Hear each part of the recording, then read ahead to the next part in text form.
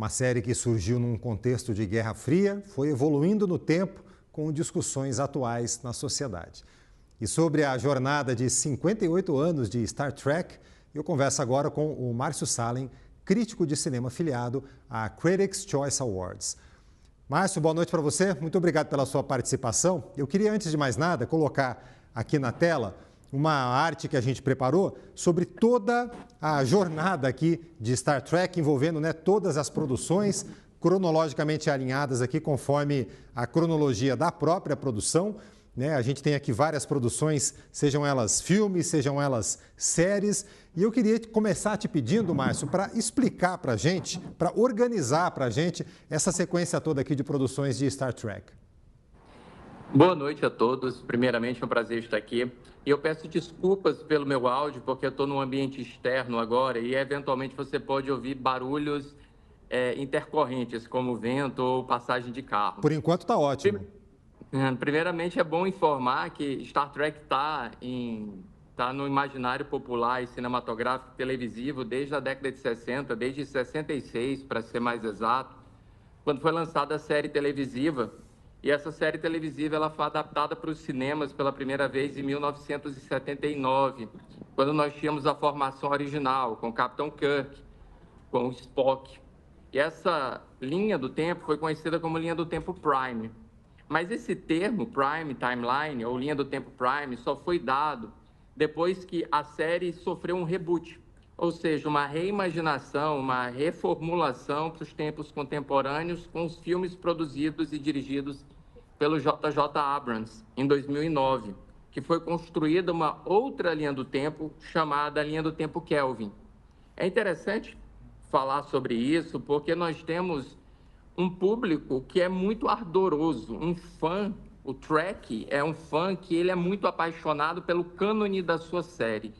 E qualquer alteração que pudesse ser feita no contexto dessas séries poderia provocar A gente conhece o comportamento dos fãs quando você mexe no material original, quando você retifica ou quando você reformula. Então, a ideia do Abrams foi criar, na verdade, uma linha do tempo alternativa, que, ao mesmo tempo que respeita a origem de Star Trek, apresenta os eventos narrados originalmente de uma maneira diferente. E aí surge a linha do tempo Kelvin, que é uma linha do tempo que se encontra com a linha do tempo Prime e permite, portanto, que os dois Spocks possam contracenar. E essa linha do tempo foi desenvolvida tanto ao longo de vários filmes, desde a década de 70, e também agora contemporâneo dos anos 2000. E nós tivemos 3 filmes dessa série e aguardamos o 4º até então. Até então não foi lançado, mas a gente ainda está no aguardo. E o que é que você poderia trazer para a gente de resumo, claro, sem spoiler, nem preciso te falar isso, mas o que é que essa nova produção de Star Trek traz de novo? Bem, Section 31, que é o nome em inglês, deve vir algo como Seção 31, o Setor 31. Ele originalmente foi concebido como uma minissérie, ou como uma série derivada de Star Trek Discovery. E depois de idas e vindas, decidiram lançar como um filme. O que envolve o lançamento disto como filme vem muito ao reboque da venda da Paramount para a Skydance. A Skydance foi uma empresa que adquiriu a Paramount, que é um estúdio de cinema desde o tempo da carochinha, desde o tempo dos primeiros estúdios cinematográficos em Hollywood, e acabou que reformulou todo o conjunto de produções do estúdio.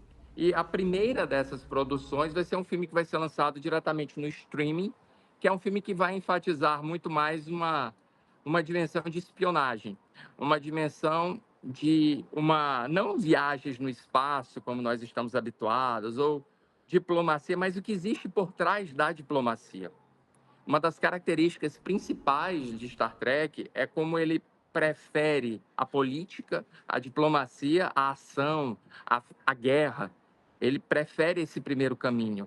E talvez, e eu digo talvez porque eu ainda não tive acesso a essa série, mas eu conheço o contexto da sua criação, o que nós vamos ver é que nos bastidores, no plano de fundo, nós precisamos ter espionagem, nós precisamos ter contra-inteligência, nós precisamos ter armas necessárias para que seja mantida essa diplomacia, para que seja mantida essa política da federação.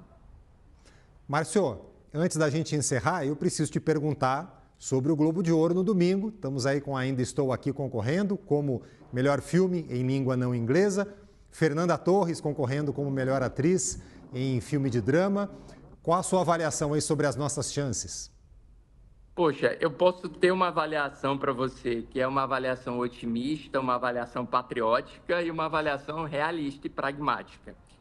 Se eu for ser pragmático, quando nós percebemos que Emília Pérez tem 10 indicações, nós notamos que o Brasil tem poucas chances de vencer nessa categoria de filme internacional, filme em língua estrangeira, que é o termo utilizado pelo Globo de Ouro.